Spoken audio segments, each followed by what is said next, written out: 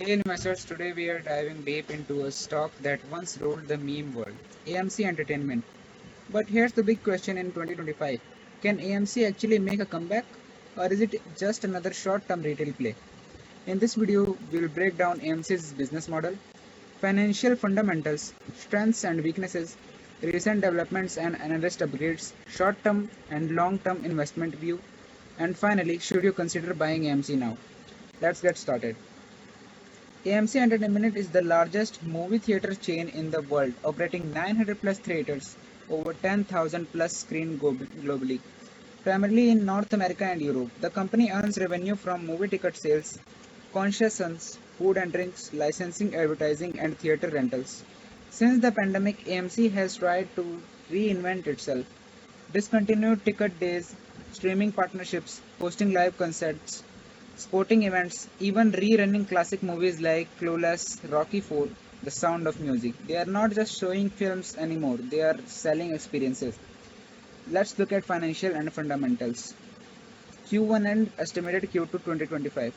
Revenue $4.5 billion, net income still negative, cash $630 million, total debt over $4.5 billion, debt to equity extremely high, EPS still in red, EBITDA estimated Q2 $154 million.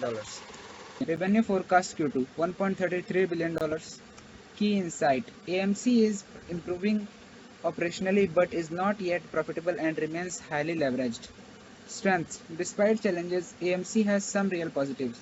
Strong brand, iconic global recognition, innovation promotions, half price tickets for loyalty members on Tuesdays and Wednesdays. Massive retail following, meme stock status keeps volume high. Creative programming, special events, classic films, and partnerships. Refinancing success. Recently secured 223 to 224 million dollars refinancing, lowering short-term debt pressure. Weaknesses, but there are serious concerns. Still loss making, no consistent profitability. $4.5 billion debt, huge financial overhang. Highly volatile, meme stock exposure, unpredictable swings. Theater model under pressure, streaming services dominate.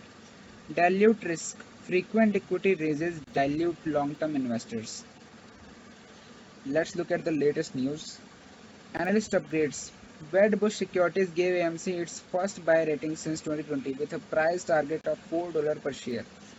Benchmark also raised estimates, citing a 37% year-on-year increase in attendance per screen in Q2, much higher than expected.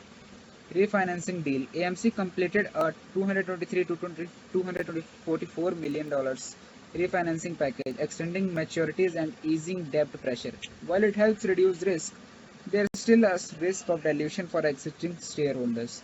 Ticket promotion and royalty push. AMC introduced half-price tickets for loyalty members on both Tuesdays and Wednesdays, boosting weekend traffic. They are also offering a special screening of classic movies aiming to improve utilization in slower slots. Box office boost. AMC is benefiting from recent hits like Mission Impossible: The Final Reckoning, Lilo and Stitch remake, Superman 2025 reboot. These titles are driving increased attendance and higher per screen averages. Short-term view. In the short term, AMC stock remains highly speculative. Benefits from earning momentum and analyst upgrades could see short squeezes or meme relays if Reddit/retail community jumps in. If you are a swing trader, there could be a short-term upside, especially around Q2 earning on August 11, 2021. But don't forget, this is not a fundamentally strong stock yet. Long-term outlook. AMC's long-term future depends on stabilizing cash flow, reducing debt significantly, attracting Gen Z and OTT first audience, finding non-movie revenue, concerts, esports, virtual content. While AMC is evolving, the cinema business is structurally declining. Streaming on-demand content and at-home setups have permanently changed movie consumptions. So long-term investors should stay cautious, enter only at deep value, treat AMC as a turnaround bet, not a growth story. Final verdict. Short-term highly risky, highly rewarding. Retail interest plus Q2 earnings could create spikes. Long term, still a speculative play, heavily reliant on management, execution, and consumer behavior shift.